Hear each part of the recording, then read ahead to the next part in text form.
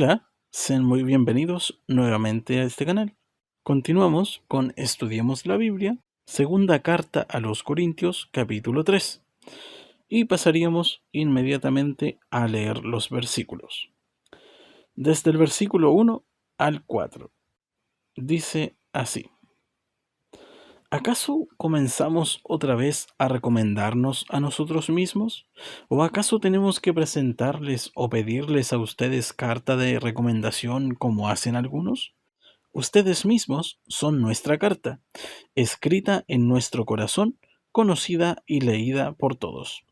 Es evidente que ustedes son una carta de Cristo, expedida por nosotros, escrita no con tinta, sino con el Espíritu del Dios viviente, no en tablas de piedra, sino en tablas de carne en los corazones.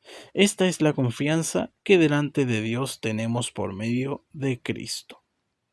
Bien, para entender un poco más estos versículos que acabamos de leer, es necesario leer el versículo 17 del capítulo anterior, que dice así: a diferencia de muchos, nosotros no somos de los que trafican con la palabra de Dios, más bien hablamos con sinceridad delante de Él en Cristo, como enviados de Dios que somos.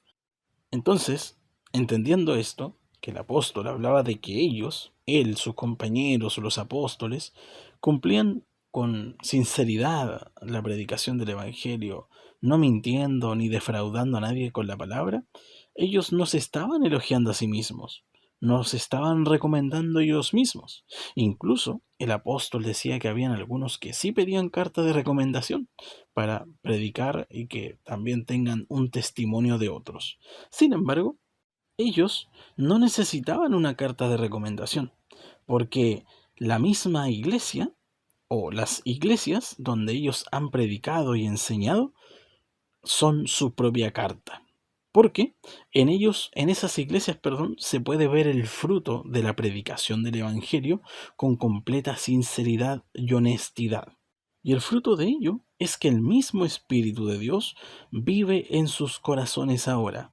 Porque si de otra forma hubieran dado un fraude con la palabra del Señor y no hubieran predicado con honestidad, definitivamente no habría Espíritu Santo en los corazones de los creyentes.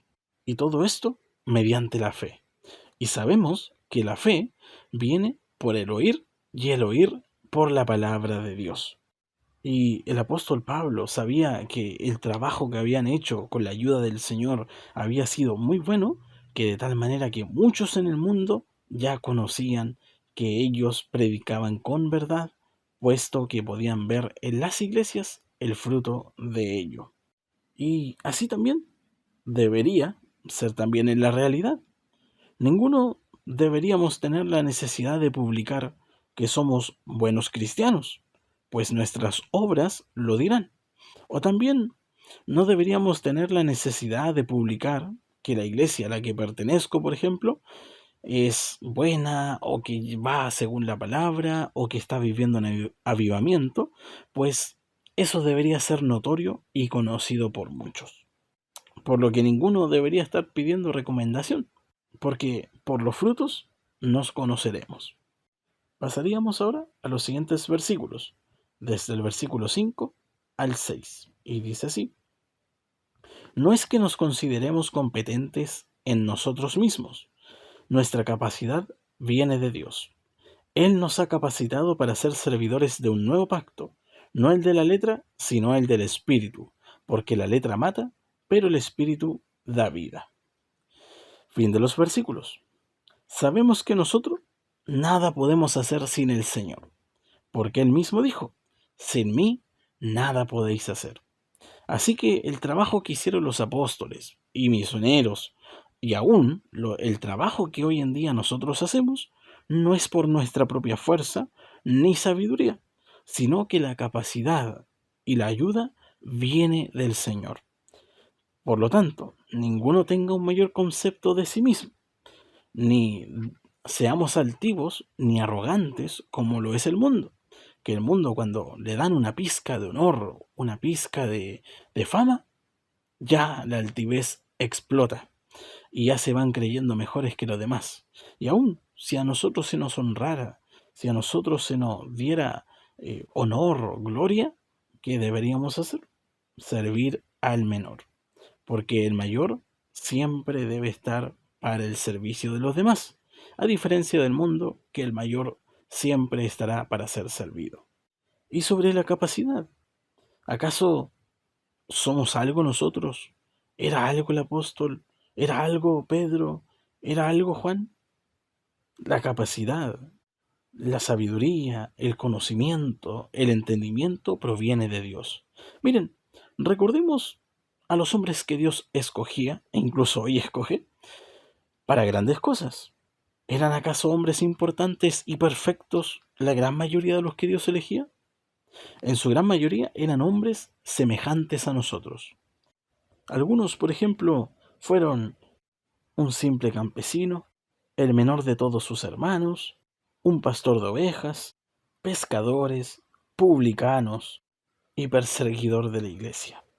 Y a estos, como ejemplos, sabemos que no fueron ellos por su propia fuerza o por su propia capacidad a lo que llegaron a ser. Incluso recordemos que Salomón no llegó a ser el rey más sabio del mundo por su propia capacidad o por su propia fuerza, sino que fue de Dios el que le concedió aquella bendición. Por lo tanto, no nos olvidemos que Él es el que nos capacita. Y sea que Dios lo tenga a usted preparado para algo, para ser misionero, evangelista, para ser encargado de algún grupo, pastor, obispo, sea como sea, la capacidad viene de Dios. Y en Él es en quien debemos confiar, más que en los recursos humanos. Ahora, con el siguiente punto, el apóstol Pablo menciona que somos servidores de un nuevo pacto. Y esto lo analizamos anteriormente en la carta de los Romanos, donde entendimos que somos poseedores del nuevo pacto, el cual comenzó en la última cena cuando el Señor les dio a beber su sangre y a comer su cuerpo. Y a diferencia del antiguo pacto, no vivimos bajo la ley, la cual daba muerte por causa del pecado, sino que ahora vivimos bajo la gracia, la cual nos dio vida por la fe en Jesucristo y nos mantiene en Él, mientras nosotros también sirvamos con nuestros cuerpos a la justicia. Y al igual que el anterior pacto, el cual era débil, porque no podía convertirnos nuestra conciencia mala que teníamos, ni perfeccionarnos, ni justificarnos delante de Dios, sino lo único que lograba la ley antigua, el antiguo pacto, era provocarnos la muerte por causa de nosotros, por la debilidad del pecado. Y este antiguo pacto también requería derramamiento de sangre constantemente para remisión de pecados. Por eso era igual débil. Pero el nuevo pacto, la sangre que fue derramada, la de Jesucristo nuestro Señor, fue el sacrificio perfecto, que ha hecho lo que el antiguo pacto no logró hacer nunca, pues nos ha limpiado nuestras conciencias, nos ha convertido, nos ha perdonado y nos ha justificado delante del Padre y ha dado vida a este cuerpo por el Espíritu Santo que mora en nosotros.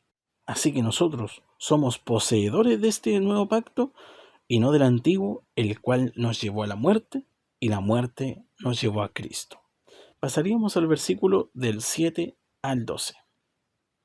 El ministerio que causaba muerte, el que estaba grabado con letras en piedra, fue tan glorioso que los israelitas no podían mirar la cara de Moisés debido a la gloria que se reflejaba en su rostro, la cual ya se estaba extinguiendo. Pues bien, si aquel ministerio fue así, ¿no será todavía más glorioso el ministerio del Espíritu? Si es glorioso el ministerio que trae condenación, ¿cuánto más glorioso será el ministerio que trae la justicia? En efecto, lo que fue glorioso ya no lo es, si se le compara con esta excelsa gloria. Y si vino con gloria, lo que ya se estaba extinguiendo, ¿cuánto mayor será la gloria de lo que permanece? Así que, como tenemos tal esperanza, actuemos en plena confianza. Fin de los versículos. El apóstol nos explica que el antiguo pacto fue glorioso, pues cuando por segunda vez Dios le otorgó las tablas de la ley a Moisés, éste bajó con el rostro brillante por la gloria de Dios. al estar con Él por 40 días y 40 noches. Pero esa gloria se fue desvaneciendo. Y este antiguo pacto traía condenación, pero no pacto, como ya anteriormente lo dijimos, trae justificación. Por lo tanto, más glorioso es este nuevo pacto, porque es eterno y no nos condena, sino que nos hace justos delante de Dios. Pasaríamos ya a los últimos versículos, que serían del 13 al 18. Dice así: ¿No hacemos como Moisés, quien se ponía un velo sobre el rostro para que los israelitas no vieran el fin del resplandor que se iba extinguiendo? Sin embargo, la mente de ellos se embotó, de modo que hasta el día de hoy tienen puesto el mismo velo al leer el antiguo pacto. El velo no les ha sido quitado, porque solo se quita en Cristo. Hasta el día de hoy, siempre que leen a Moisés, un velo les cubre el corazón. Pero cada vez que alguien se vuelve al Señor, el velo es quitado. Ahora bien, el Señor es el Espíritu, y donde está el Espíritu del Señor, allí hay libertad. Así, todos nosotros, que con el rostro descubierto reflejamos como en un espejo la gloria del Señor, somos transformados a su semejanza con más y más gloria por la acción del Señor, que es el Espíritu. Fin de los versículos. La gloria de Dios ahora vive en nosotros y se refleja a medida que nos perfeccionamos para Dios, a diferencia de Moisés, que aquella gloria se desvaneció. Y sobre los israelitas, a ellos se le endureció la mente, y hasta el día de hoy, cuando ellos leen el antiguo pacto, tienen el corazón como con un velo, no pueden ver más allá, porque no han querido creer en Jesucristo. Pero cuando ellos o alguien se convierte a Cristo, ese velo es quitado y es libre del antiguo pacto, porque donde está el Espíritu, allí está también Dios.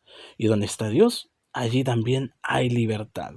Así como nosotros hoy en día somos libres, mis hermanos queridos, libres del antiguo pacto y viviendo por la justicia y para la justicia del Señor.